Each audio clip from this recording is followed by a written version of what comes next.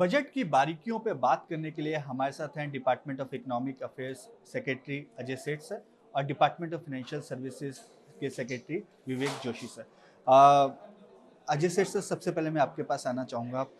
Fiscal deficit target जो आपने दिया वो 4.9% इस साल के लिए दिया।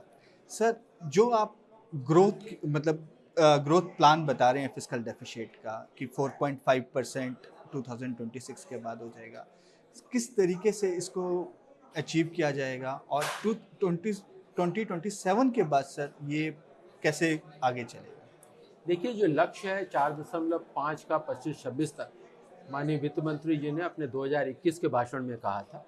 और उस समय सरकार का जो कुल कर्जा था, जो डेट था, जीडीपी का बढ़ गया था कोविड के पीरियड में, क्योंकि ज़्यादा कर्जा लेना पड़ा था। तो पहला हमारा लक्ष्य इस वर्ष का है कि हम कैसे 4.9 पे रहेंगे। अगले साल का लक्ष्य 4.5 का है, तो उसको वहाँ तक पहुँचने के लिए पहले हमें इस वर्ष में 4.9 पे रखना पड़ेगा।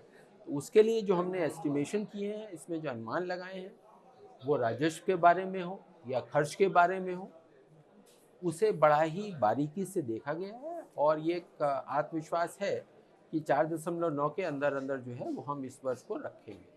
अब आपने बात करी 26 और 27 से, तो वहाँ पर एक फॉरवर्ड, एक एडवांस जो कहते हैं कि गाइडेंस, एक मार्गदर्शन मार्केट को करने के लिए कि कहा गया कि भाई 26-27 से हम एक नई पहल लेके आएंगे, क्योंकि उद्देश्य है कि एक डेट जो है वो सस्टेनेबल होना चाहिए। कुल कर्ज जो है वो जीडीपी का क्या भाग है, क्या प्रतिशत है, उसे हम हर वर्ष कम करते चले। कि जो हमारा 61% तक हो गया था 2021 में, वहां से हम 56 पे आ गए। अगले वर्ष क्या हम उससे और कम हो सकते हैं, और कम हो सकते हैं। खाली एक मैकेनिकल तौर पे हम वो 3%, 3.5%, 4% की बजाय हमारा जो मुख्य लक्ष्य है, हम उसके के लिए काम करें, एक सिम्टम के ऊपर ना काम करें। सर, ग्रोथ रेट में एक सबसे बड़ा फैक्टर रहता है या कहें कंपोनेंट रहता है एमएसएमई और एसएमई सेक्टर से। और सर, आज के बजट में काफ़ी लंबी चर्चा उस पे की गई, स्पीच में काफ़ी बड़ा वक्त उस सेक्टर को दिया गया। सर, जो एमएसएमई की लोन फैसिलिटी या क्रेडिट फैसिलिटी और जो एसएमई की जो बात करी गई, सर कितना इम्पैक्ट आपको लगता है कि आज की वो ज़रूरत है इस सेक्टर को वापस रिबाउंड करने के लिए? देखिए, ये जो एमएसएमई के लिए एक पैकेज दिया गया है, एक बहुत अहम भाग है इस बजट का। वो एमएसएमई मिनिस्ट्री से और एमएसएमई के जितने भी स्टेक होल्डर्स हैं, उनकी वेरियस एसोसिएशंस वगैरह से करने के बाद, बहुत चर्चा करने के बाद, और ऑनरेबल वित्त मंत्री जी के स्तर पे भी इसमें चर्चाएं करने के बाद ये निर्णय लिए गए हैं। और उनकी समस्याओं को, खासकर जो क्रेडिट से रिलेटेड हैं, उनको एड्रेस करने का इसमें किया गया है। तो सर, क्या एसएमए वन ये हो सकता है कि जो अभी जो टेन्योर होता है एनपीए 90 डेज को, उसको बढ़ाया जाए या किस तरीके से, क्योंकि वो भी एक चर्चा रही कि एनपीए के टेन्योर को बढ़ा देना चाहिए। एनपीए के टेन्योर को तो बढ़ाने वाली बात ऐसी है नहीं, लेकिन हाँ, ये ज़रूर है कि एनपीए के दौरान एक तरह की क्रेडिट गारंटी स्कीम लाई जाएगी, जिससे कि बैंकों को कंफर्ट रहे कि अगर एसएमए 0, 1 या 2 होता है अकाउंट, तब भी बैंक को ये कंफर्ट रहे कि वो उसको लोन की जो फैसिलिटीज़ चल रही हैं उस एमएसएमई की, वो चलती रहे।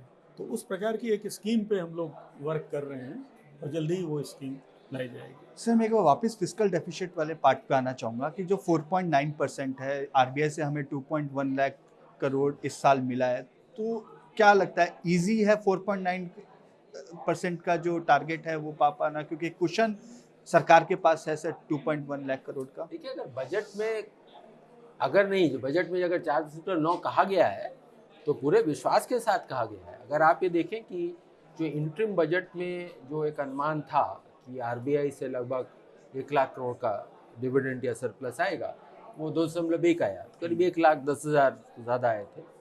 तो इसमें 0.2% जो है वो फिस्कल डेफिसिट कम हुआ है। अगर इसमें रुपए का आंकड़ा लें तो करीब 65-66 हज़ार करोड़ रुपए वहाँ पर इस्तेमाल हुए हैं। कुछ एक प्रयास ये है कि जो हाई कॉस्ट डेट है उन्हें रिपे किया जा सके, कुछ जो रेवेन्यूज़ हैं वो थोड़ा सा और ज़्यादा आने की उम्मीद है, क्योंकि पिछले वर्ष में जो प्री एक्चुअल्स आए, जो एक्चुअल कलेक्शन हुआ वो एस्टिमेट से, रिवाइज एस्टिमेट से ज़्यादा था। कुछ नए खर्च भी आए हैं इस बजट में ही। आपको जैसे पता है कि कुछ नई स्कीम एम्प्लॉयमेंट के लिए, स्किलिंग के लिए अनाउंस की गई हैं। हालांकि 8 ही महीने हैं, लेकिन उसमें खर्चा होगा। तो इस सबको मिला के जो है एक ये हमारा अनुमान बना कि हम 0.2% का जो है वो हम इसमें कमी कर सकते हैं। और अगर हम उस स्तर तक पहुंचने में सक्सेसफुल रहते हैं, और जो अभी हमें पूरा विश्वास है, तो अगले वर्ष हम 4.5 से कम आना चाह रहे हैं, उसमें फिर आसानी रहेगी। विवेक सर, कलेक्शन सर एक और जगह से है, वो है डेट रिकवरी ट्रिब्यूनल्स जो पे काम हो, इंसॉल्वेंसी बैंक्रप्सी कोर्ट पे काम हो। तो सर जो डीआरटी पे जो आज डिसीजन लिए गए वो कितने हेल्पफुल होंगे सर?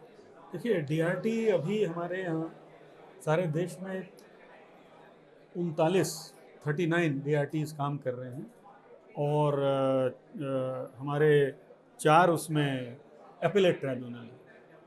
और प्रति वर्ष अगर हम एवरेज में बात करें तो एक डीआरटी में करीब 1500 केस आते हैं, जबकि डिसीजन वो लोग लगभग 800 केसेस पर कर पा रहे हैं। और अभी हमारे पास सारे डीआरटीज में मिला के करीब 2.2 लाख केसेस अभी लंबित हैं। तो इस तरह से जो डिस्पोजल की स्पीड है वो सारे केस डिसाइड नहीं हो सकते। खासकर जो अमाउंट उन डीआरटी के अंदर पेंडिंग है वो करीब 16 लाख करोड़ का है, तो बहुत बड़ा अमाउंट है। इसलिए माननीय वित्त मंत्री ने इसमें डीआरटी की संख्या बढ़ाने के लिए अनाउंसमेंट करी है।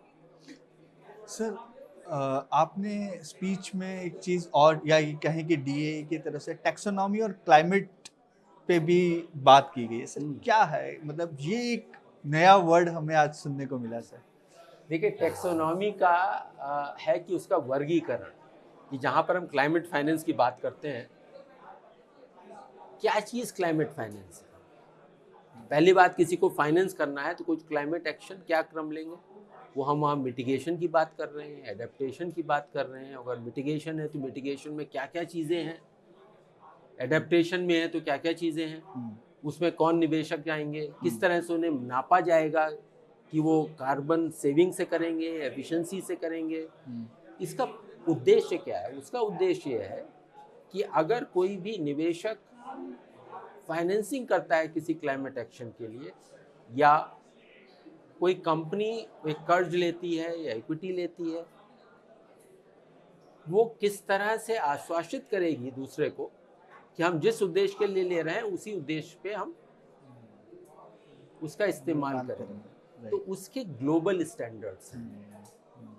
हमें अपने देश में अपने स्टैंडर्ड्स बनाने पड़ेंगे, जिससे हमारे निवेशकों को भी पता लग सके, और जो बाहर से लगाना चाह रहे हैं, एफडीआई और एफपीआई लगाना चाह रहे हैं, उन्हें भी पता लग सके।